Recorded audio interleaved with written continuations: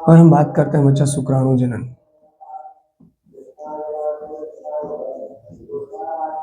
जिसको स्पर्मेटोजेनेसिस भी कहा जाता है। अब ये पूरी की पूरी प्रक्रिया है, कहाँ से स्टार्ट होती है? हम लोगों ने वृषण पढ़ा था।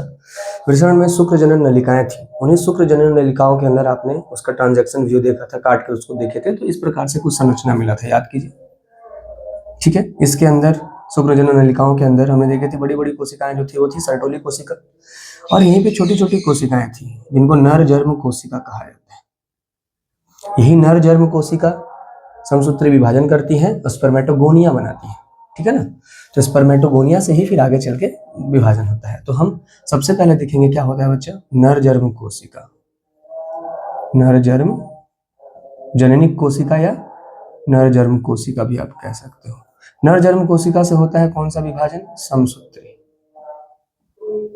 समसूत्री विभाजन। और समसूत्री विभाजन से बनता है बच्चा आपका स्पर्मेटोगोनिया, स्पर्मेटोगोनिया।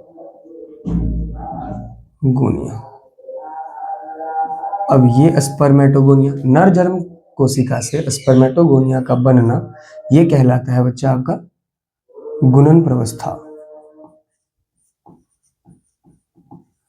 गुणन यानी कि मल्टीप्लिकेशन, ये मल्टीप्लाई कर रहा है कौन से विभाजन से? समसूत्री विभाजन से।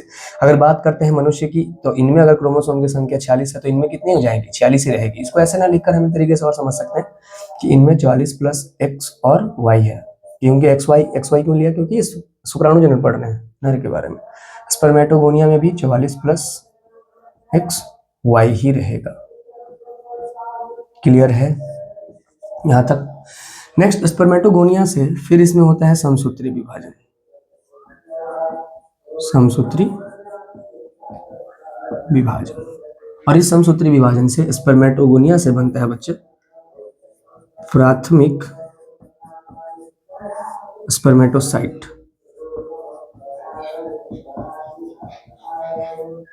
प्राथमिक स्पर्मेटोसाइट। ठीक है, समसूत्री विभाजन हो रहा है तो फिर से कितना रहेगा? 44 प्लस एक्स और वाई ही रहेगा। क्लियर? स्पर्मेटोगोनिया से ये समसूत्री विभाजन करके प्राथमिक स्पर्मेटोसाइट बनने की जो ये क्रिया होती है, इसको कहा जाता है वृद्धि प्रवस्था। कौन सी प्रवस्था कहते हैं? वृद्धि प्रवस्था। अब प्राथमिक स्पर्मेटोगोनिया जो है, इस प्राथमिक स्पर्मेटोसाइट से होता है बच्चा इसमें अब अर्धसूत्री विभाजन। कौन सा विभाजन? अर्धसूत्री विभाजन।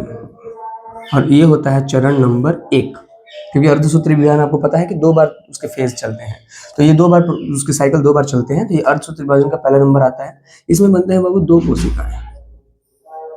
कितनी कोशिकाएं बनती हैं? 2। अर्धसूत्री है यानी कि सूत्र का विभाजन हो जाता है पहले, तो ये होता है 44 प्लस एक्स और एक बनता है 22 प्लस एक्स, और यहाँ पे भी बनता है 22 प्लस एक्स।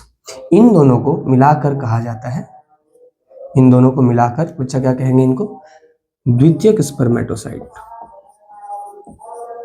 द्वितीयक स्पर्मेटोसाइट। क्लियर है?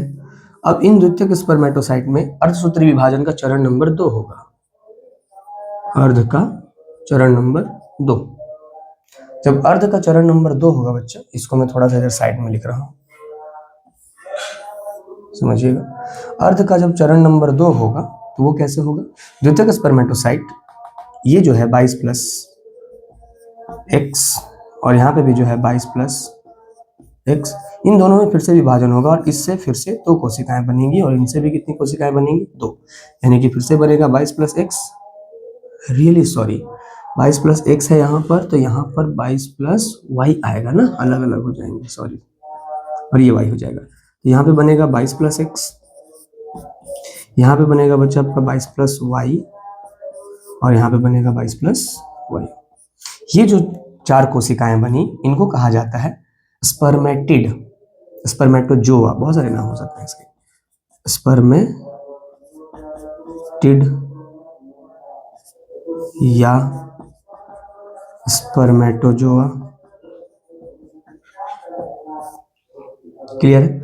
अभी ये अचल होते हैं, अचल कहने का मतलब ये भी चल नहीं सकते। फिर इनमें होती है पूंछ का निर्माण।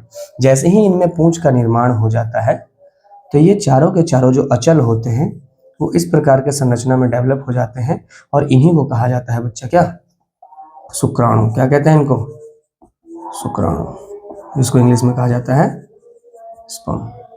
तो ये टोटल पूरा प्रोसेस जो है आपका स्पर्मेटोजेनेसिस का है, शुक्राणु जनन का है, जिसमें प्रवस्थाएं हैं। अब ये जो प्रवस्था है ना, यहाँ से लास्ट में यहाँ तक का बनना, इस प्रवस्था को कहा जाता है परिपक्वन प्रवस्था।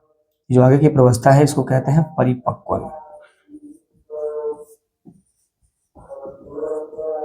तो ये एक शॉर्ट रिवीजन है आपका शुक्राणु जनन का, स्पर्मेटोजेनेसिस का, तो इसको आप एक बार देख सकते हैं, याद कर सकते हैं।